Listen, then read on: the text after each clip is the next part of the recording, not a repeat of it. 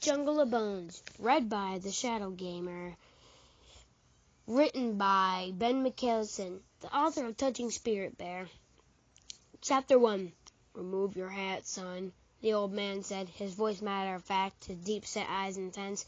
You're not my dad, Dylan snapped. Get out of my face. The man glared at Dylan, hesitated, then turned back to keep watching the parade.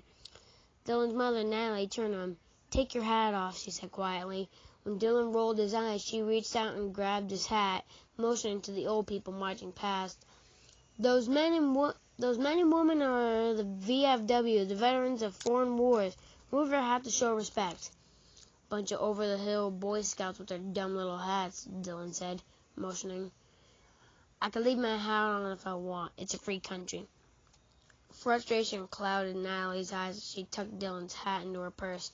Give that back, Dylan demanded. She ignored him and headed towards the car. Hey, the parade's not over yet, Dylan said.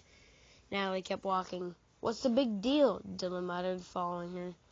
When they arrived home, Dylan's mother worked around the house, giving him the silent treatment.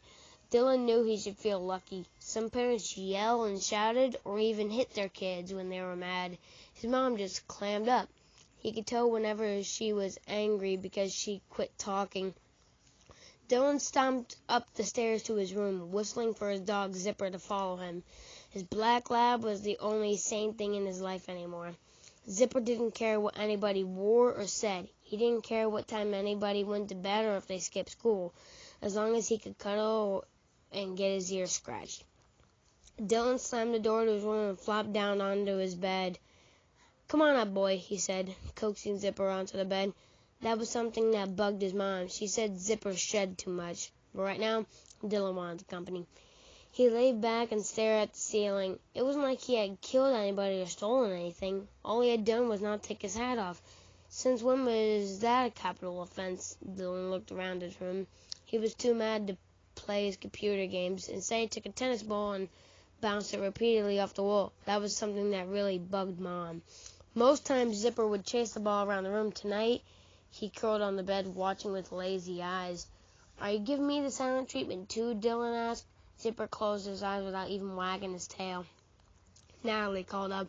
There's food in the refrigerator if you're hungry. I want you home tonight. Before Dylan could answer, the front door closed. Moments later, the car pulled from the driveway.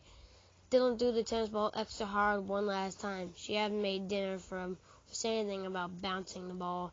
What was the big deal not taking his hat off in front of a bunch of old geezers? But deep inside, Dylan knew it was much more than that. Zipper shifted position and plopped his nose on Dylan's lap. Dylan's eye grew glassy as he scratched behind the dog's ear. It was after dark when Dylan's mother finally returned.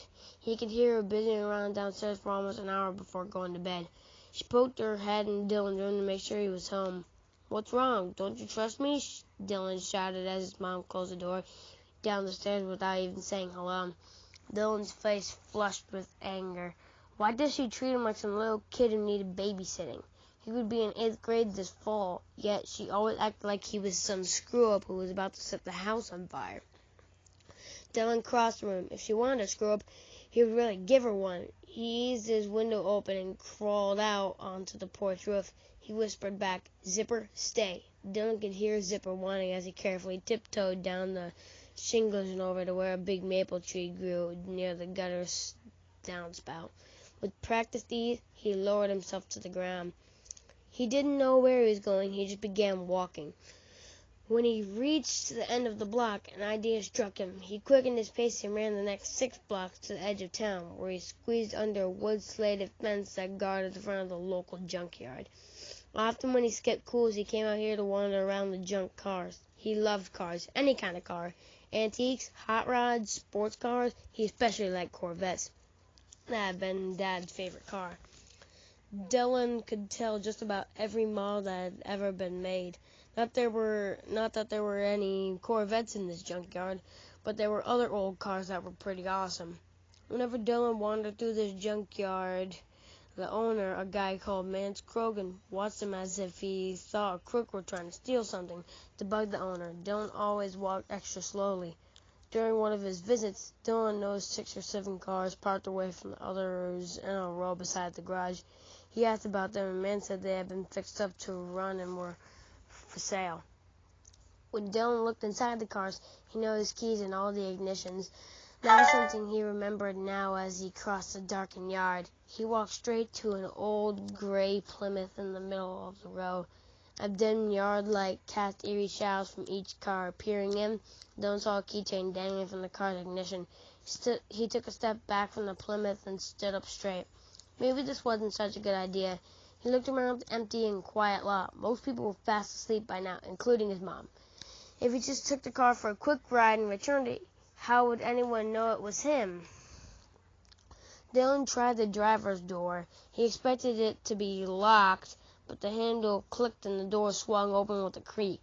Dylan took this as a sign and crawled inside. Fumbling in the darkness, he stepped on the clutch, shifted it into neutral, and turned the key. The engine cranked several times before the old Plymouth growled to life. Dylan revved the engine, grinning with nervousness. He slowly shifted the car into reverse and backed away from the building. A freshly plowed field surrounded the junkyard, looking like a moonscape in the dim light. Dylan floored the gas pedal and popped the clutch, spinning the tires all the way down the graveled drive that circled the yard. When he reached the field, he twisted the steering wheel to the right and heard the twang of wire as the big car plowed through the fence. Dylan left the lights off. The dim moon made the field look foreboding. Dylan imagined zombies appearing. This far from the highway on a dark night, Dylan doubted that anybody would ever hear or see him. He shifted into the second and floored the gas pedal again. The old Plymouth roared as it bounced across the deep furrows. Again and again the shock absorbers bottomed out, jarring the whole car. Dylan laughed as he spun the wheel and began spinning circles. Dylan called it cutting donuts. Careering around in circles made the dry dirt kick up. Soon a cloud of dust blocked even the half moon from witnessing his joyride. In total darkness, Dylan kept the gas pedal pressed to the floor. His mom would be having a badge of kinship if she knew that her little boy was spinning donuts in a farmer's field. Dylan closed his eyes and tilted his head back, keeping the gas pedal floored. He smiled. Life was good. It was nearly 5 minutes before Dylan opened his eyes again. He noticed a flicker of red through the thick cloud of dust and let up on the gas pedal.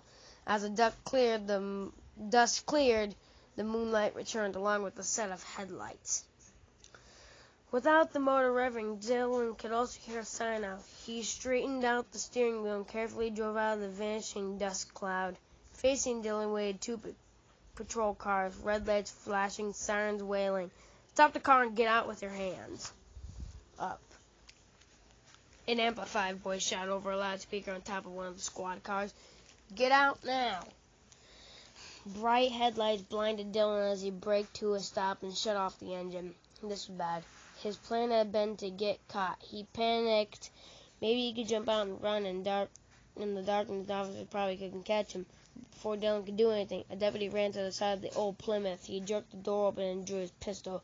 Get out with your hands up, he shouted. Dylan turned the ignition switch off and raised his hands. An eerie silence hung in the air, along with dust, as he crawled slowly from the car. I was just having a little fun, he stammered, holding his hands above his head. He recognized the deputy. Put your hands on the hood and spread your legs, the deputy demanded. No, an officer from the other squad car ran up. He grabbed Dylan's hands one at a time and twisted them behind his back to snap on a pair of handcuffs.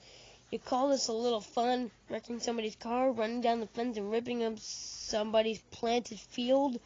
I'll pay for it, Dylan argued, his voice shaking. The handcuffs bit into his wrists. You bet you will, the deputy answered. Dylan kicked out the dirt in frustration as the officer led him through the clouds of dust to the back of the patrol car. At the detention center, Dylan recognized the tall officer who processed him. He also recognized a small room with a big table where he sat across from the officer for questioning. This was where he had come several times before. Last time it had been for stealing candy bars. You would have thought he robbed Fort Knox. The questioning seemed to last for hours. What was so different about this visit? Tonight, the officer treated him like a real criminal, leaving the handcuffs on him and never cracking a smile. Thank guys for watching, and I will upload part 2 a little bit later. Bye!